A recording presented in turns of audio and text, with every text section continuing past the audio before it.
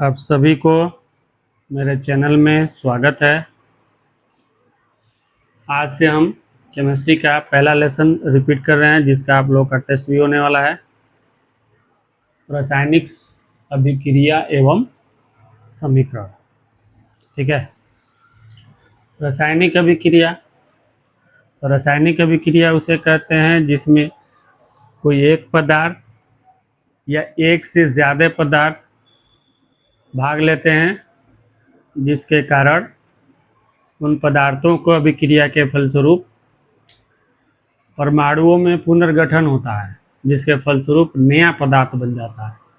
तो उसको हम लोग रासायनिक अभिक्रिया करते हैं, यानी उनके परमाणुओं में पुनर्गठन हो जाता है पदार्थों के, और एक नया पदार्थ बन जाता है, एक या एक से अधिक नया पदार्थ बनता है। उसको हम लोग बोलते हैं रासायनिक अभिक्रिया। जैसे अगर हम यहाँ पर हम छोटा सा अगर देखें, कार्बन ऑक्सीजन से अभिक्रिया कर रहा है, अभिक्रिया के फलस्वरूप कार्बन डाइऑक्साइड बन रहा है, यानी इनके परमाणुओं का पुनर्गठन भी होता है उसमें, और नया पदार्थ। तो कार्बन एक अलग है, ऑक्सीजन एक अलग है, नया पदार्थ हमारा कार्बन डाइऑक्साइड बना। ठीक है। इसी तरह से अगर हम दूसरा अगर लेते हैं कैल्शियम कार्बोनेट या चूना पत्थर, इसको हम गर्म करते हैं, ये हीट का सिंबल है।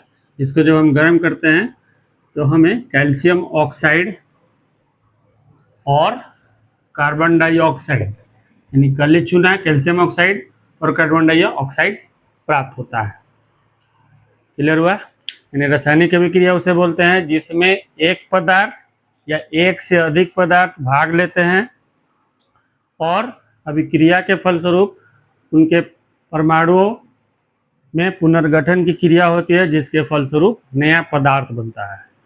तो उसे हम लोग रासायनिक अभिक्रिया कहते हैं। तो रासायनिक अभिक्रिया में जो पदार्थ अभिक्रिया में भाग लेते हैं उसे हम अभिकारक बोलते हैं। ये पदार्थ भाग ले रहे हैं तो ये अभिकारक है।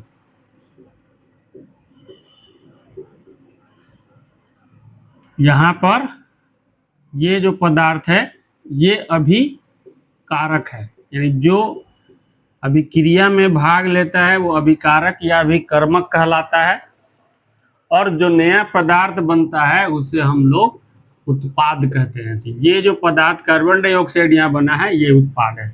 यहाँ पर ये जो पदार्थ है कैल्शियम ऑक्साइड और कार्बन डाइऑक्साइड, ये क्या हुआ? उत्पाद है। ये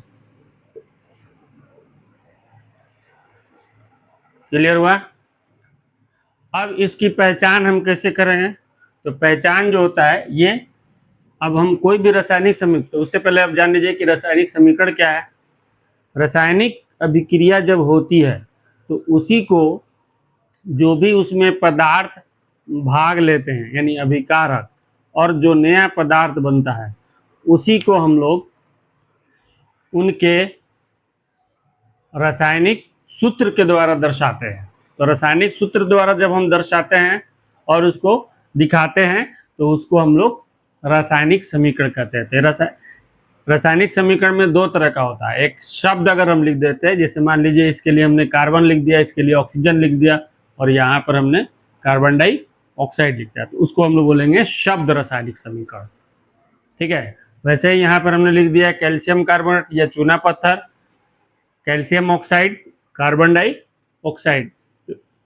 अगर हमने उसको वर्ड्स में लिख दिया तो वो शब्द रासायनिक समीकरण है, और अगर सूत्र के साथ लिखा तो वो तो दोनों एक तरह का रासायनिक है ना। तो यहाँ पर रासायनिक समीकरण, तो जब भी हम रासायनिक अभिक्रिया के फलस्वरूप रासायनिक समीकरण दर्शाते हैं तो उसमें जो भी रिएक्टेंट्स होते हैं, यानी अभिकारक, प्रतिकारक या अभिकर्मक जो भाग लेते हैं, एकल है तो एकल दिखाएंगे, एक से ज्यादा है तो उनके बीच में प्लस का सिंबल लगाएंगे। उसके बाद हम तीर का निशान लगाते हैं। तो तीर के निशान में जहां से स्टार्ट होता है एक बिंदु होता है, और इधर ये तीर का निशान लगता है। तीर के निशान की ओर जो पदार्थ बनता है उसी को उत्पाद कहते हैं। ठीक है, यहाँ पर भी और भी देख लीजिए, अगर H2O, तो H2O का हम यहाँ पर विद्युत धारा जब प्रवाहित करते हैं तो हाइड्रोजन और ऑक्सीजन में ये टूट जाता है।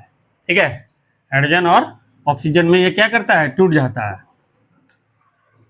तो अब अगर इसका उल्टा हम करें, मान लीजिए कि ये चीज है H2 और हाइड्रोजन, इसका अगर हम अभिक्रिया कहते हैं, ये अभिक्रिया करेगा तो तीर का निशान ऐसे हो गया, तो यहाँ पर क्या बना आपका H2O बना।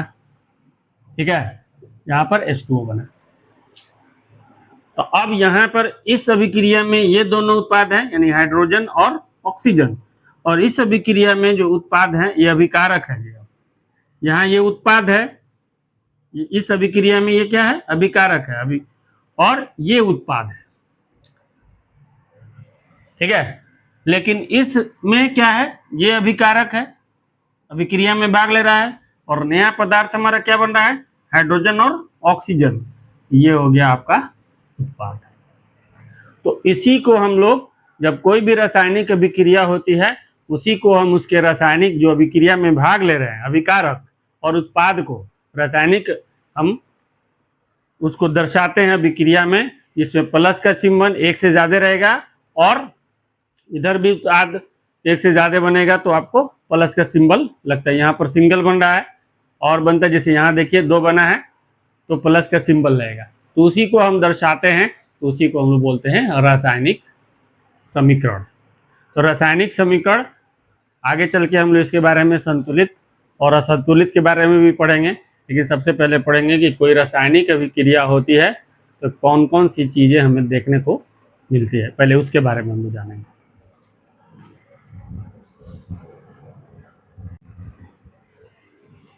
अब हमको पढ़ना है कि रासायनिक अभिक्रिया जो होती है उसमें कौन कौन सी क्रिया हमको देखने को मिलती है। तो पहला है रंग में अवस्था में परिवर्तन। पहले आइए, मान लीजिए अवस्था में परिवर्तन,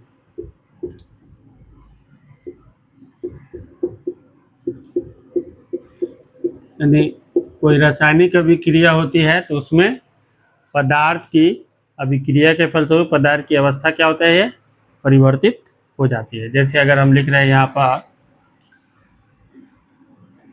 कार्बन और ऑक्सीजन, तो दोनों की कौन अवस्था है, कार्बन क्या है, सॉलिड है, ठोस अवस्था, ऑक्सीजन क्या है, गैस। अब ये अभिकारक है, अभिक्रिया के फलस्वरूप क्या बना है, कार्बन डाइऑक्साइड। यहाँ पर हमारा क्या बन गया, गैस।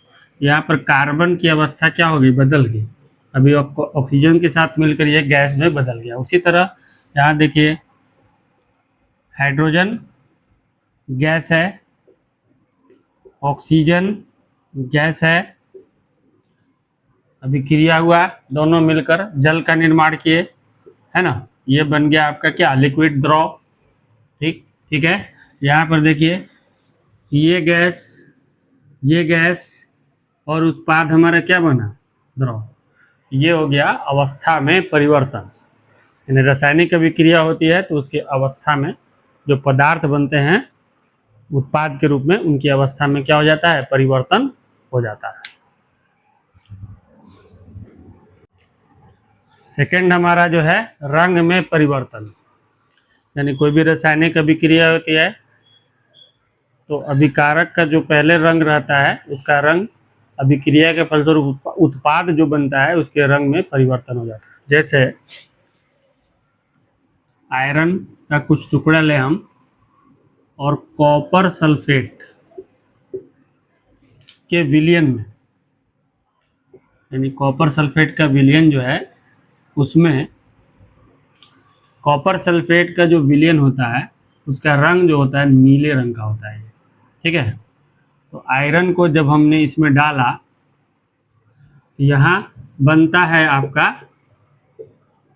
आयरन सल्फेट और कॉपर। तो अब ये विलयन जो बना आयरन सल्फेट और यहाँ बना आपका सॉलिड में कॉपर अलग हो गया उससे। तो पहले इसका रंग नीला था और जैसे ही इसमें हमने आयरन को डाला तो आयरन सल्फेट बना। ये विस्थापन अभिक्रिया आगे चल के हम बताएंगे क्या है इसका। तो जैसे ही हमने इसमें डाला तो इसका रंग जो होता है, जैसे ये बना आयरन सल्फेट, इसका रंग जो होता है हरा हो जाता है, इसका रंग हरा हो जाता है, जबकि इसका रंग कैसा था, नीला था।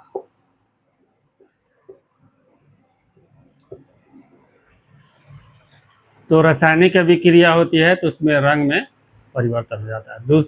तीसरा नंबर है अवक्षेप का बनना। अवक्षेप का बनना। अवक्षेप क्या है? अवक्षेप एक सॉलिड की तरह होता है, नहीं ठोस की तरह होता है, और ये अवक्षेप जब बनता है किसी विलयन में तो वो उस पॉट जो होता है या बीकर होता है उसमें वो नीचे बैठ जाता है, और ये दही की तरह एकदम सॉलिड होता है। या आप देखे होंगे कि चूना को पानी में डालकर छोड़ देते हैं कुछ दिनों के लिए, तो चूना का जो पानी है ऊपर हो जाता है और नीचे एकदम सॉलिड की तरह रह जाता है। तो उसी टाइप की चीज़ को हम लोग कहते हैं अवक्षेप। तो रासायनिक अभिक्रिया होती है तो उसमें अवक्षेप का फॉर्मेशन होता है। जैसे बेरियम क्लोराइड, ठीक है, बेरियम क्लोराइड को अगर हम H2SO4 में मिलाते हैं, जबकि दोनों एक्वस है, ये भी एक्वस है, दोनों का विलयन आपस में मिलाते हैं, यहां बनेगा आपका बेरियम सल्फेट, और साथ में बनेगा आपका हाइड्रोक्लोरिक अम्ल, ठीक है।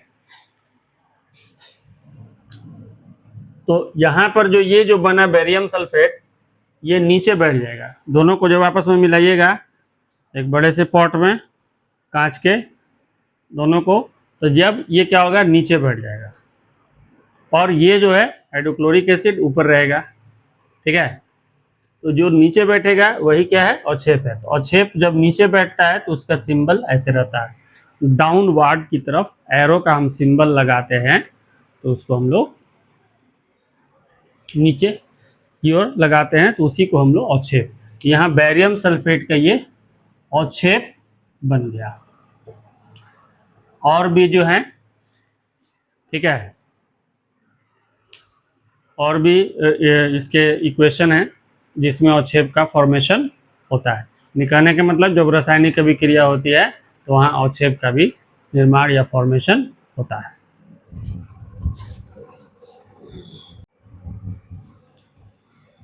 फोर्थ नंबर है ऊष्मा उत्पन्न होना, यानी रासायनिक अभिक्रिया जब होती है, अभिकारक जब भाग लेते हैं, तो अभिक्रिया के फलस्वरूप जो नया पदार्थ बनता है तो उसमें ऊष्मा प्रोड्यूस होता है।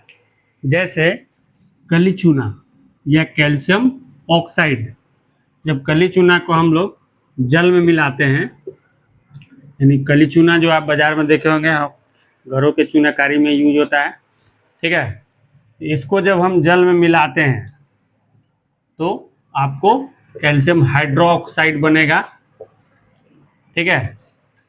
तो जैसे आप मिलाइएगा तो उसमें देखिएगा बॉइलिंग होने लगेगा, बुलबुले, और जो पॉट है उसका चारों तरफ, जिस पॉट में हम मिला रहे हैं, सावधानी पूर्वक उस पॉट को थोड़ा सा आप टच करिएगा हाथ से, तो वो एकदम गर्म होगा। यानी यहाँ पर साथ में क्या पैदा हो रहा है, ऊष्मा। अब वो धीरे धीरे क्या हो जाता है,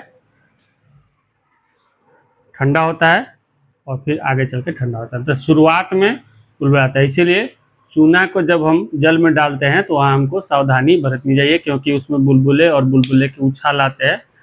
अगर वो उछाल हमारे नज़दीक अगर हम हैं तो हमारे आँख में चला जाए तो हमारा आँख डैमेज हो सकता है, ठीक है। उससे दूर रहना चाहिए। सिर्फ दूरी से हम सेफ्टी के साथ, अगर चाहें कोई गॉगल्स वगैरह सेफ्टी वाला लगाकर हाथ से टच करें उस पॉट को, जिसमें हम चूना को, कली चूना को, जो बाजार में बिकता है हार्डवेयर की दुकान पर, चूना को अगर जल में मिलाते हैं तो देखेंगे कि वहाँ ऊष्मा उत्पन्न होगा। लास्ट है हमारा गैस का बनना।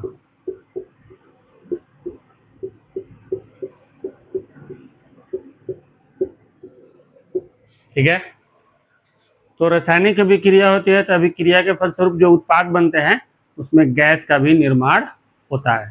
जैसे अगर कोई मेटल है, जैसे जिंक है, और जिंक ये सॉलिड फॉर्म में है आपका, ये एक्वस फॉर्म में है यानी विलियन है, और जिंक के दाना को अगर जैसे ही हम इसमें डालते हैं तो एक लवण बनेगा जिंक क्लोराइड, और साथ में इसमें से हाइड्रोजन गैस मुक्त होगी। तो ये सिंबल हाइड्रोजन गैस मुक्त होने के लिए है, क्योंकि हाइड्रोजन गैस अर्थ के हिसाब से हल्की है इसलिए ऊपर चली जाती है। यहाँ पर तो आपने देखा कि इस रासायनिक अभिक्रिया में गैस का फॉर्मेशन हो रहा है, यहाँ हाइड्रोजन गैस बन रही है। ठीक है, ये मैं संतुलित कर रहा हूँ। अभी रासायनिक समीकरण तो हम लोग जान लिए कि कोई भी रासायनिक अभिक्रिया होती है तो जब उसको हम लोग उसके रासायनिक सूत्र प्लस का सिंबल और तीर के निशान के साथ दर्शाते हैं तो उसको हम लोग रासायनिक समीकरण कहते हैं। तो रासायनिक समीकरण जब हम पढ़ेंगे तो उसके बारे में पढ़ेंगे कि संतुलित कैसे किया जाता है। तो 5 चीज़ें हमको देखने को इसमें मिली। ठीक है, जिसमें 2 यहाँ हैं और 3 इससे पहले मैंने आपको बताया।